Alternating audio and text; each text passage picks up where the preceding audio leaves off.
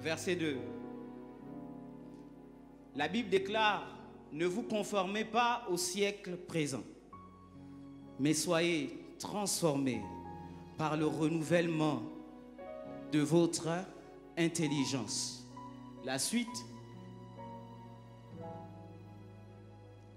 ne vous conformez pas au siècle présent, mais soyez transformés par le renouvellement de votre intelligence.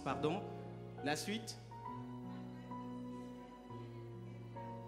afin que vous discerniez quelle est la volonté de Dieu, ce qui est. Alléluia, que Dieu bénisse sa parole. Peuple de Dieu, vous pouvez vous asseoir dans sa sainte présence. Ce matin, j'ai l'opportunité de vous parler de la part du Seigneur, car je crois sans l'ombre d'un doute qu'il a déposé en moi une parole pour chacun d'entre nous. Voyez-vous, depuis un temps ou depuis un moment, je suis un agriculteur et je constate ou je peux contempler l'évolution d'une plante. Lorsque je vais dans un point vert, j'achète des graines, ensuite je les mets en terre et après je peux observer comment une plante peut partir de l'état de pépinière à l'état de l'arbre, à l'état où cette plante porte du fruit. Qu'est-ce que je suis en train de vouloir vous dire? Il est écrit dans le livre de Romains 12, verset 2, « Ne vous conformez pas au siècle présent, mais soyez transformés. » La première définition que j'aimerais apporter à tout un chacun, et mes frères qui sont passés avant moi ont eu le temps ou le privilège de décrire, sinon de définir ce que c'est une transformation. La transformation, c'est le passage d'un état à un autre.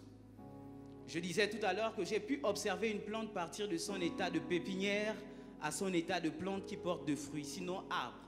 Alléluia.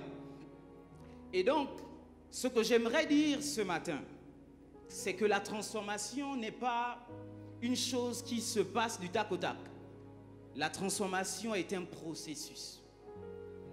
Et dans chacune de ces étapes, nous avons besoin d'être enseignés, d'être renouvelés. La deuxième chose que j'ai envie de définir, c'est « Soyez transformés par le renouvellement de votre intelligence ». Renouvellement de votre intelligence. Ce groupe de mots, j'ai essayé de chercher dans le commun ou dans la vie actuelle, la vie que nous menons chaque jour. Je ne l'ai découvert que dans l'église. Soyez transformés par le renouvellement de votre intelligence. Alors j'ai essayé de définir pour que chacun parte avec une image de ce que c'est le renouvellement de l'intelligence. Je suis allé dans les textes sacrés. Dans le chapitre 5 de Matthieu, le livre de Matthieu, Jésus, grand enseignant qu'il était, il disait, « Vous avez appris qu'il a été dit. Mais moi, je vous dis, 2 points, renouvellement de l'intelligence. Vous avez appris qu'il a été dit, mais moi, je vous dis, Jésus renouvelle notre intelligence. Je vais vous prendre un exemple. Vous avez appris qu'il a été dit, si quelqu'un te gifle sur la joue gauche, d'accord? Vous avez appris que la loi, c'est œil pour œil, dent pour dent. C'est la loi, n'est-ce pas? Mais Jésus vous dit, si quelqu'un te gifle sur la joue gauche, tends-lui la joue droite. Je suis sûr que chacun d'entre nous, si quelqu'un te gifle sur la joue gauche, le réflexe, c'est je te rends. Vous avez appris que si un homme désire la femme ou couche avec une femme, la femme qui n'est pas la sienne, il a commis l'adultère. Mais moi je vous dis, si un homme regarde, tout simplement, il a déjà commis l'adultère. Jésus vient vous dire des choses que vous n'avez pas encore apprises, ou bien des choses que vous connaissez déjà, mais sur une autre forme. Et là, il y a un renouvellement de votre intelligence. Vous vous dites, ah, ça existe, mais lui, il vient apporter quelque chose de nouveau, une touche particulière pour nous dire que si toi tu as appris, mais moi je te dis, renouvellement de votre intelligence. Et Dieu dit, ne vous conformez pas, ne vous alignez pas à ce que vous avez l'habitude de vivre dans ce monde, mais soyez transformés par ce que moi, je vous donne. J'aime bien la version parole de vie. C'est là où je vais commencer mon propos. La version parole de vie dit, ne vous conformez pas, mais soyez transformés par ce que Dieu vous donne. Et ce matin, j'ai envie de partager avec vous ce que Dieu donne pour la transformation. Le thème de mon message ce matin, c'est transformer pour le royaume. J'aurais aimé vous dire les fondements de la transformation. Ces deux thèmes peuvent passer, mais quand je vous regarde ce matin, je vois qu'il y a des personnes qui ont besoin d'être transformées pour le royaume. Et donc, nous allons garder ce thème. Alors, Jésus dit, sinon, c'est l'apôtre Paul qui dit, mais c'est le texte de base. J'ai essayé de planter le décor et de vous expliquer, de définir les grands termes pour que vous les ayez dans vos têtes et que vous ayez les définitions de ces derniers. Amen. Maintenant, je vous prie de prendre les textes qui seront les miens pour vous expliquer ce que j'ai à dire ce matin ou ce que l'Esprit a mis en moi pour votre transformation. Sinon, les fondements pour la transformation. Vous pouvez ouvrir vos Bibles dans le livre de Galates 2:20. S'il vous plaît, ça va être très lent, je prends le temps de vous dire ces choses parce que ce matin, c'est un enseignement. Je pouvais crier, mais j'aimerais que ces paroles pénètrent dans vos cœurs, rentrent dans vos cœurs et que lorsque vous partez d'ici, vous partez avec quelque chose, avec un bagage. Amen, c'est bon, vous avez le Galates 2:20 devant vous. Comme je l'ai dit, j'aime bien la version parole de vie. L'apôtre Paul, ce matin nous allons beaucoup parler de l'apôtre Paul. L'apôtre Paul dit, je vis, mais ce n'est plus moi qui vis, c'est le Christ qui vit en moi. Maintenant, ma vie humaine, je la vis en croyant au Fils de Dieu qui m'a aimé et qui a donné sa vie pour moi. Le deuxième texte, c'est celui de... C'est l'apôtre Pierre qui parle, Simon Pierre, qui dit, dans le livre de Jean 6, verset 68, Simon Pierre lui répondit, Seigneur, à qui pouvons-nous aller? Tu as les paroles qui permettent de vivre avec Dieu pour toujours. Que Dieu bénisse sa parole. Éternel, mon Dieu, mon roi, ce matin, je me tiens devant ton saint trône. Éternel, que ce qui est de l'homme disparaisse et laisse place à ce qui est de l'esprit. Seigneur, ce matin, enseigne ton peuple, conduis ton peuple, enseigne-le pour ta seule gloire. Au nom de Jésus, Amen.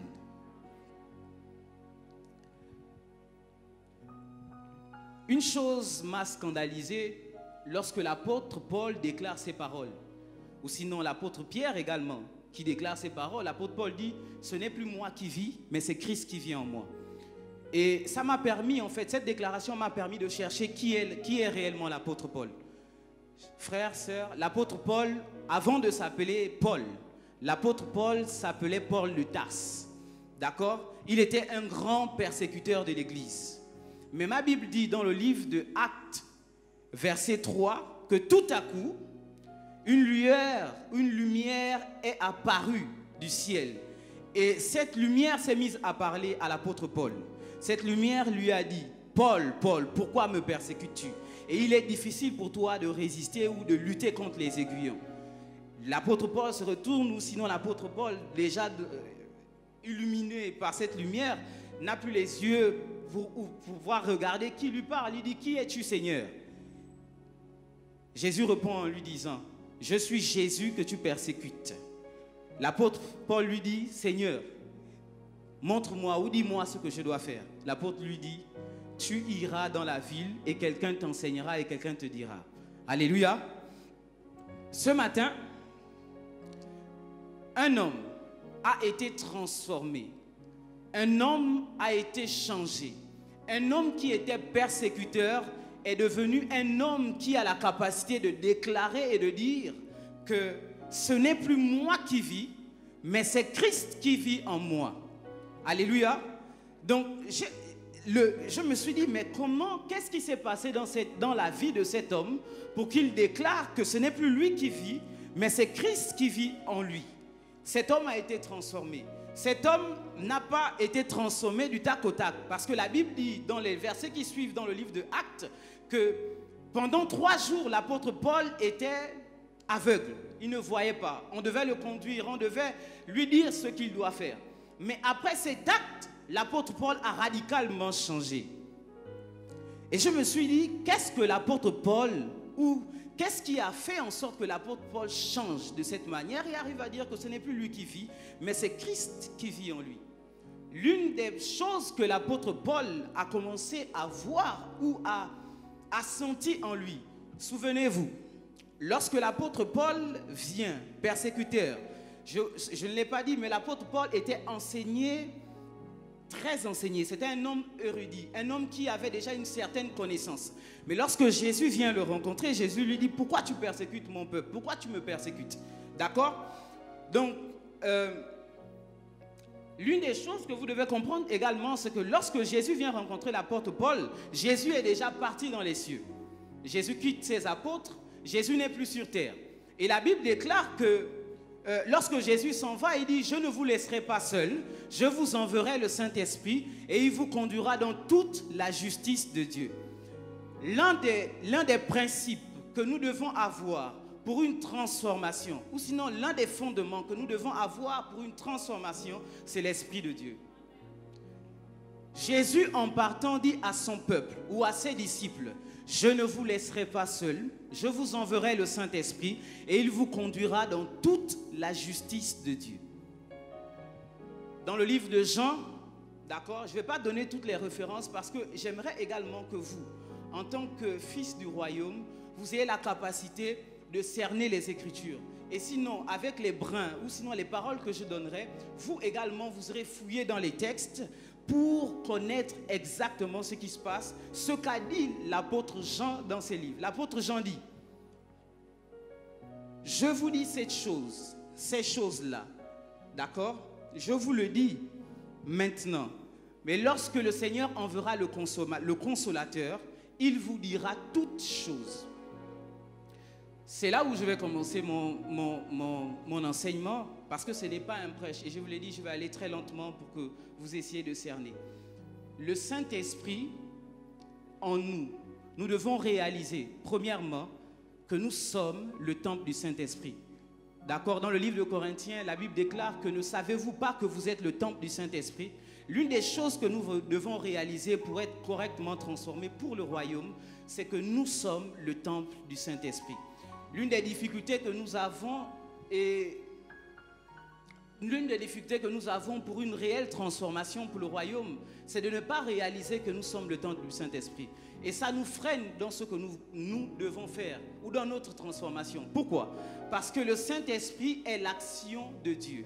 Le Saint-Esprit est celui qui réalise toute ordonnance donnée par Dieu. Je vous l'ai dit que Jésus, en partant, a dit, je ne vous laisserai pas seul, je vous enverrai le Saint-Esprit et il vous dira toutes choses. Le Saint-Esprit est un enseignant. Frères et sœurs, vous êtes des élèves. Vous avez été des élèves. Pour avoir une certaine connaissance, vous avez appris. Vous êtes parti à l'école et vous avez eu un enseignant. N'est-ce pas? Cet enseignant, chaque jour, venait vous libérer une parole. Sur les maths, un enseignant, pour les maths, un professeur, pour ceci, un professeur, pour cela. Et Jésus était un réel enseignant. Mais lorsqu'il part, il dit, je vous enverrai le consolateur qui vous dira toutes ces choses. Le consolateur ou l'enseignant qu'est le Saint-Esprit pour vous, il vient non seulement vous dire ce que Jésus vous a déjà dit, c'est un répétiteur, il vous dit non seulement ce que Jésus a déjà dit, mais il vient également vous dire les choses qui arrivent. Le Saint-Esprit vous dit ce que Jésus a dit, c'est un répétiteur, et le Saint-Esprit vient également vous dire ce qui arrive. Le Saint-Esprit vient ouvrir vos yeux. Le Saint-Esprit vient transformer vos vies. Souvenez-vous dans le livre de Actes à partir du verset 2. De la même manière, pour l'apôtre Paul, le Saint-Esprit descend sur les apôtres, les 120 apôtres qui étaient réunis et qui attendaient le Seigneur. Si vous connaissez les Saintes Écritures, vous allez comprendre que lorsque Jésus disparaît, même l'apôtre Paul, qui a dit ici, que à qui d'autre irions-nous si ce n'est vers toi qui as les paroles de la vie, l'apôtre Paul était épris de frayeur. Lorsque Jésus est parti, ils ne savaient plus quoi faire. Mais ils ont suivi les instructions et ils ont attendu Jésus dans la chambre haute. Et ce jour-là, la Bible déclare que le Saint-Esprit est descendu. J'aime bien ce verbe. Ce groupe de mots, tout à coup. Comme pour l'apôtre Paul, tout à coup, le Saint-Esprit est descendu et ils se mirent à parler en des langues différentes. La descente du Saint-Esprit pour les apôtres a fait en sorte que ces personnes-là ne soient plus épris de frayeur, mais ces personnes continuent l'œuvre du Seigneur. Le Saint-Esprit en vous vous permet d'accomplir l'œuvre du Seigneur. Et l'une des directives de Jésus, ou sinon du Saint-Esprit, non, de Jésus, parce que Jésus c'est le Saint-Esprit, et le Saint-Esprit c'est une personne, c'était d'aller et faire des nations, des disciples. Qu'est-ce que je suis en train de vous dire? C'est que vous réalisez qu'une personne est conduite par le Saint-Esprit lorsqu'elle commence à faire les œuvres du royaume, lorsqu'elle commence à partager la parole de Dieu, lorsqu'elle commence à vivre le royaume en elle. Amen. Le Saint-Esprit en vous est le début de votre transformation. Nous avons besoin du Saint-Esprit pour être réellement transformés pour le royaume. Je disais tout à l'heure que le Saint-Esprit est un enseignant. Le Saint-Esprit est une capacité qui vient en nous. Sinon, qui est en nous? Lorsque nous avons accepté le Seigneur, vous le savez et vous l'avez vu dans la Bible. Jésus, lorsqu'il est baptisé, le Saint-Esprit descend sur lui sous la forme d'une colombe. Et Dieu dit, celui-ci est mon fils bien-aimé en qui j'ai mis toute ma confiance. Première étape, dans la transformation pour le royaume, nous avons besoin du Saint-Esprit. Le Saint-Esprit nous conduit dans toute la justice de Dieu. Deuxième élément, et ce sera le dernier, vous savez, lorsque le Saint-Esprit, qui est un enseignant, vient en nous, il nous dit toutes choses, il nous enseigne toutes choses. Et qu'est-ce qu'il enseigne exactement? Le Saint-Esprit enseigne la parole de Dieu. La Bible dit au commencement, dans le livre de Jean 1, au commencement était la parole et la parole était Dieu. Certains l'ont reçu, d'autres ne l'ont pas reçu. À ceux qui l'ont reçu, elle a donné la vie. Vous avez reçu la parole de Dieu. Et je parle à des fils et des filles du royaume. Nous avons reçu la parole de Dieu, d'accord? Et cette parole qui est une eau doit pouvoir nous transformer. La parole de Dieu est importante pour nous dans une transformation pour le royaume. D'accord. Vous ne me percevez peut-être pas. Voici ce que Dieu dit. La Bible dit dans le livre, je prends vraiment des textes basiques parce que nous avons besoin de cela. La Bible dit dans le livre de Jean, oui, Jean 3, verset 16. Vous le connaissez. Car Dieu a tant aimé le monde qu'il a donné son Fils unique, afin que quiconque croit en lui ne périsse point, mais qu'il ait la vie éternelle. Je vous ai dit tout à l'heure à l'entame de mes propos, c'est que nous devons avoir la capacité d'être transformés par ce que Dieu donne. La transformation du royaume, c'est être transformé par ce que Dieu donne. Dieu nous a donné le Saint-Esprit et Dieu nous a donné sa parole. La parole de Dieu vivifie. Comme je vous l'ai dit, la parole de Dieu est une eau en nous qui vient apporter le changement. Non pas seulement le changement, mais qui vient apporter une transformation. D'accord ? Vous savez, vous êtes face à une situation et vous devez faire un choix, par exemple. Un choix de vie. Par exemple, un choix de boulot, le choix d'un partenaire et tout le reste. Vous faites vos choix en qualité d'humain, avec vos principes, avec ce que la société vous dit. Il faut que la femme, je vais prendre le cas d'une femme, il faut que la femme soit belle et tout le reste. Il faut qu'elle ait ceci, il faut qu'elle ait cela. Un choix d'homme. Mais au-delà du choix que vous faites, d'accord, pour que votre vie soit transformée, vous avez besoin du point de vue de Dieu dans le choix que vous faites. Vous avez besoin que Dieu vous enseigne. Vous avez besoin de la parole de Dieu. Qu'est-ce que Dieu dit au sujet du choix du partenaire? Et ensuite, lorsque vous devez prendre une décision sur le choix du partenaire, vous devez faire le choix non pas sur ce que l'homme dit, mais sur ce que Dieu dit. Vous savez, lorsqu'il fallait faire le choix de mon épouse, les hommes ont parlé. Les hommes ont dit, pourquoi veux-tu choisir cette femme? Tu ne sais même pas si elle est capable d'enfanter. Je dis, ok, c'est le choix de mon cœur. Et qu'est-ce que Dieu dit à ce sujet? Lorsque Dieu a parlé, Dieu ne m'a pas parlé à moi. Dieu a parlé à mon père. Et il m'a dit, celle-ci, c'est la femme de ta vie. Et j'ai suivi le choix de Dieu. C'est mon père spirituel. Il m'a dit, c'est la femme de ta vie. Voici comment tu dois l'épouser. Voilà, voilà. Je devais l'épouser 1 an après. Il m'a dit non. Tu dois l'épouser l'année d'avant. Et j'ai plongé et j'ai fait le choix de ma vie. Et ça a transformé ma vie. Dieu a parlé, Dieu a dit et j'ai suivi l'instruction. Vous le savez. Parce que je vous ai dit, l'enseignement de ce jour, c'est sur les versets que vous connaissez. Josué 1,8 dit que ce livre de la loi ne s'éloigne point de ta bouche. Médite le jour et nuit, c'est alors que tu réussiras, que tu auras du succès. Le livre de la loi, la méditation de la parole de Dieu doit être pour nous un quotidien. Parce que lorsque nous lisons la parole de Dieu, lorsque nous prenons connaissance de ce qui est dit dans la parole de Dieu, nos vies sont transformées, nos vies sont changées. Nous ne voyons plus le monde comme les hommes humains, sinon l'humanité le voit, les hommes normaux que nous sommes. Mais nous voyons les choses comme Dieu le voit. Dieu, en mettant sa parole en nous, veut que nous voyions les choses non pas comme nous devons les voir en tant qu'humains, mais comme Dieu le voit. Si nous avons la capacité de voir les choses comme Dieu le voit, nous sommes transformés. Nous sommes transformés. Et chers frères, la transformation n'est pas une chose humaine. La transformation est une chose divine. Pourquoi j'ai pris le temps de parler de tout ce qui est humain? C'est-à-dire, vous faites un choix sur le côté humain et ensuite vous devez comprendre que oui, le choix il est fait sur le côté humain, mais ce qui compte, c'est le côté spirituel. Rodrigue, s'il te plaît. La médiathèque. Je vais finir dans les temps. Vous voyez cette image? Vous avez vu, je n'ai pas passé le temps à ouvrir la Bible ou à ouvrir mes écritures. J'avais un message, je pourrais faire le ouïa ouïa et être très fort.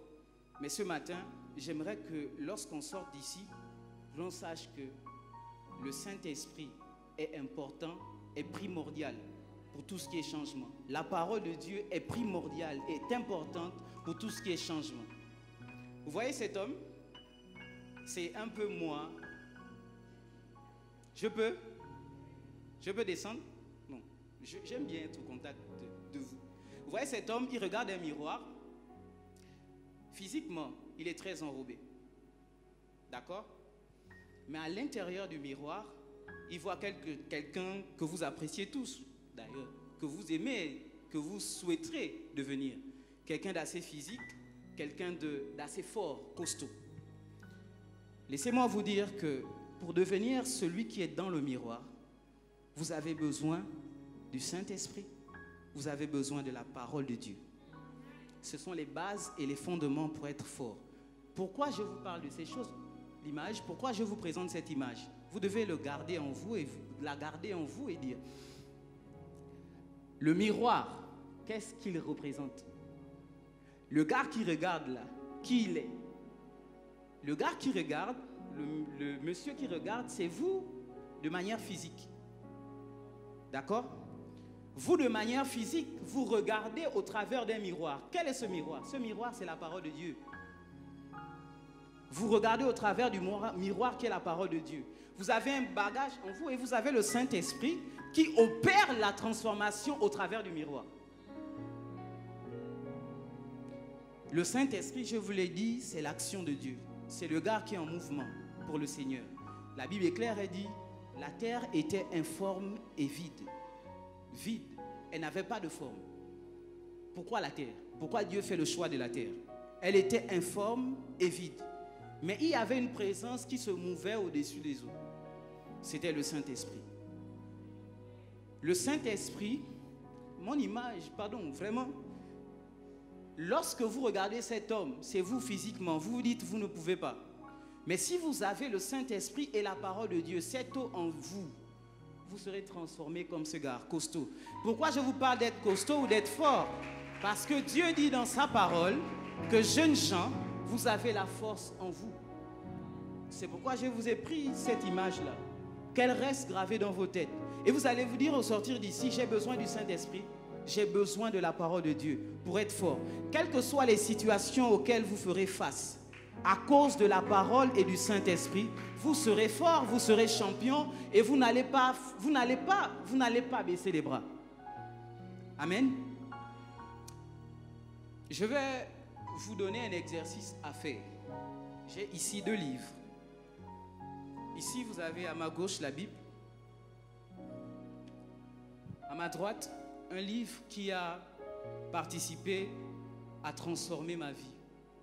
Je l'ai lu et je l'ai présenté même à une édition d'Itanguna. Si vous êtes dans la maison, vous connaissez ce que c'est Itanguna. C'est un programme de conscience chrétienne, un programme des jeunes. Et nous avons parlé de ce livre. Nous avons demandé à ce que les jeunes le lisent pour la transformation. Et vous allez découvrir tout ce que je vous ai dit là à l'intérieur. Benny Hill dit, le Saint-Esprit est le meilleur enseignant. Mais il n'est pas seulement qu'un enseignant, il est une personne. Il est une personne qui doit marcher avec vous. Je vous l'ai dit encore, j'ai pris l'exemple d'un instituteur.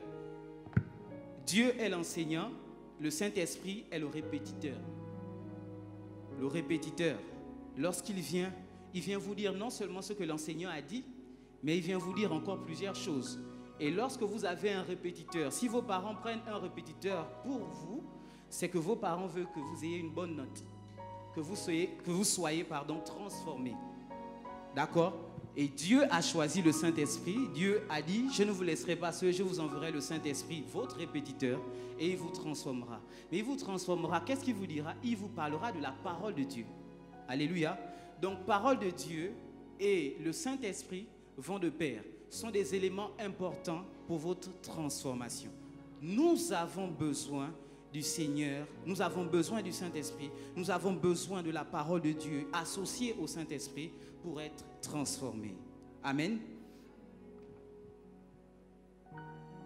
Merci, peuple de Dieu. Ce sont ces quelques paroles que j'avais à vous donner. Donc, lecture, comme exercice, lecture de Benny Hill. Donc, bonjour Saint-Esprit. Lecture de la parole, je vais vous orienter. Lisons les chapitres 14, 15, ou sinon tout le chapitre du livre de Jean. Vous allez découvrir la personne du Saint-Esprit et vous allez découvrir certaines paroles données par Jésus qui ont bouleversé ma vie, qui ont transformé ma vie.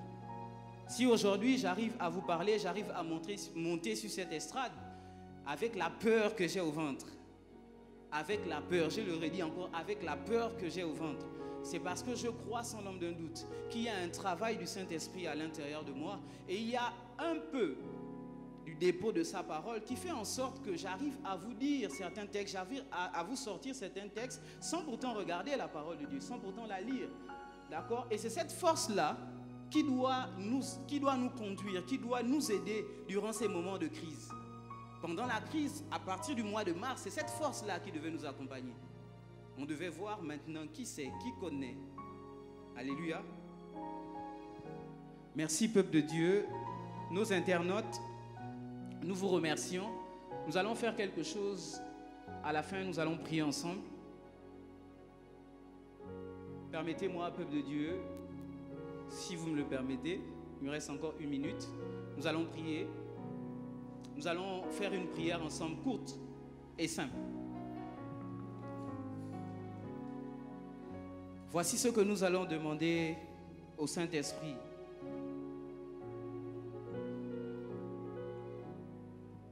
Nous allons répéter ensemble. Je vais donner la prière et vous allez répéter après moi. Amen. Seigneur, je veux vous entendre. Seigneur, donne-moi la force de m'abandonner totalement à toi et de te laisser transformer tout mon être intérieur. Amen. Que Dieu bénisse sa parole, que Dieu bénisse son peuple.